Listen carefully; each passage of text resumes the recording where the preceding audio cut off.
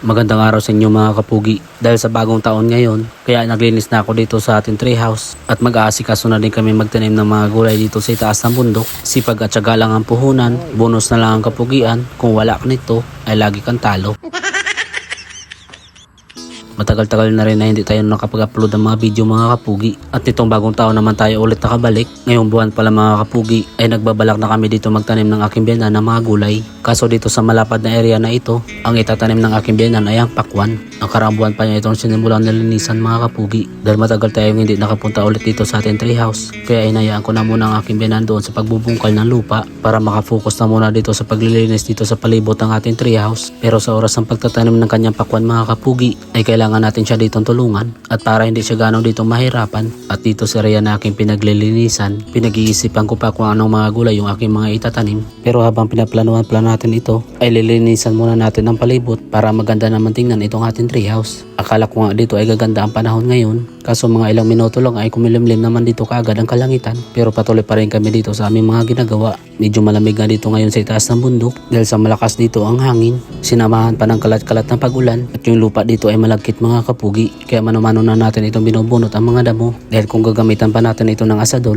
ay lalo lang tayong mahihirapan dahil sa didikit lang naman itong lupa sa bakal. Maganda na rin kasi magsimula magtanim ngayon habang lagi pa ditong umuulan para hindi na kami dito mahirapan sa pagdilig. Mahirap kasi dito ang tubig mga kapugi. Kapag wala kami ditong pandilig ay kumukuha pa kami ng tubig sa ibaba ng bundok. Kapag umuulan naman ay nag-iimba kami dito ng tubig gamit itong drum at galon. Mataas kasi yung area dito sa amin kaya kahit maglalagay kami dito ng patubig ay medyo mahirapan kami at masyadong malaki ang halaga. Kaya ang ginagawa na lang namin kapag nagtatanim kami dito sa itaas ng bundok ay umaasa na lang kami sa ulan at naghahakot na lang kami kapag panahon naman ng tag-init. Sa mga nagtatanong pala kung bakit hindi ko tinatanggal yung mga sanga doon sa itaas ng ating treehouse ay isa lang yung aking dahilan mga kapugi para hindi dito gaanong mainit sa panahon ng tag-init. At napansin ko kasi ay matibay naman yung mga sanga kasi nung dumaan dito ang bagyong uwan, yung mga kahoy dito sa palibot ng ating treehouse ay nagsisipagtumbahan na pero itong mga sanga ay nakatayo pa.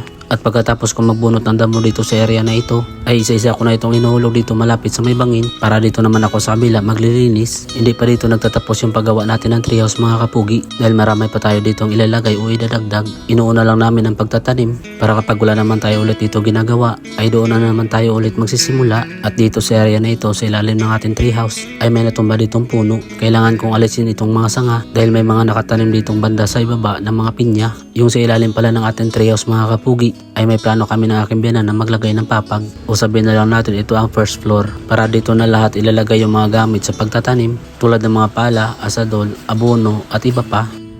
At nung natapos na pala ako dito mag-alis ng damo dito sa palibot ng ating treehouse mga kapugi ay pumunta na muna ako dito sa aking biyanan para makapagkwentuhan.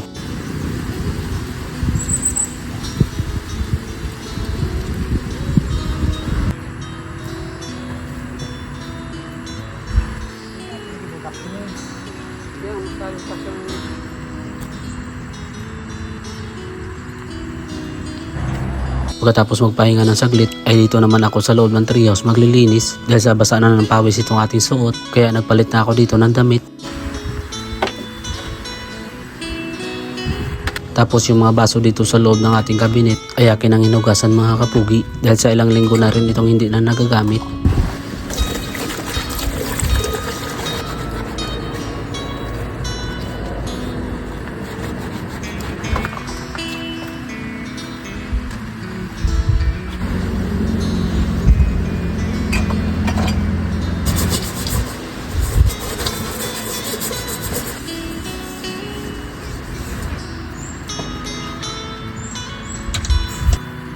Pagkatapos kong maghugas ay umakyat na din ako dito sa taas para maglinis na din dito dahil may lakibok na din dito ng kaunti.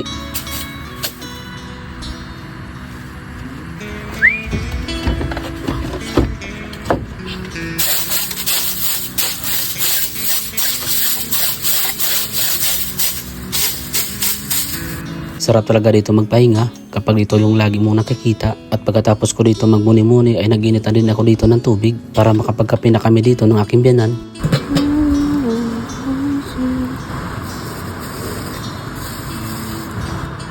At naalala ko na meron pala ditong kamote. Bale ito yung mga nakuha, yung nagbubungkal dito yung aking biyanan. Pinipili ko lang din dito yung magaganda pa ang klase dahil yung iba ay may mga sira na ang laman. At bago ko nga pala ito hugasan sa malinis na tubig, ay dito ko na muna inugasan sa iniimbak na tubig ulan para yung mga makakapal na lupa ay atin pa makukuha.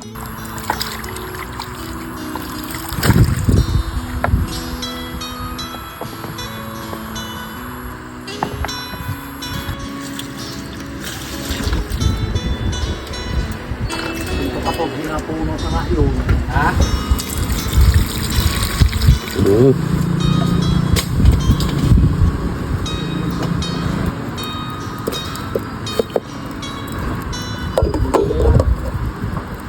Nangangin. Huwag lang ulan.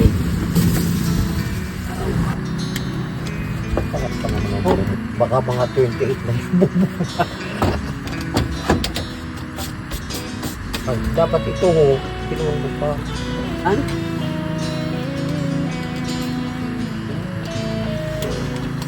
Yan.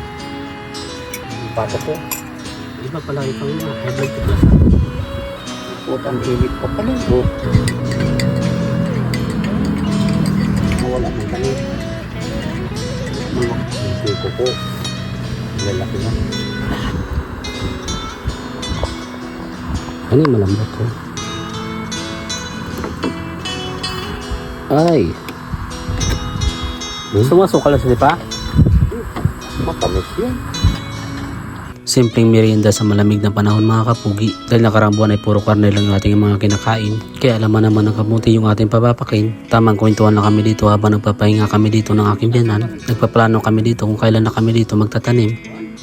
At kung nagustuhan nyo itong aking vlog mga kapugi, please follow, like, and share naman itong aking page. At pa-comment naman kung saan nakaabot itong aking video. Sa mga nakaabot sa dulo ng aking video, maraming salamat at God bless sa inyong lahat. At Happy New Year sa inyong mga kapugi.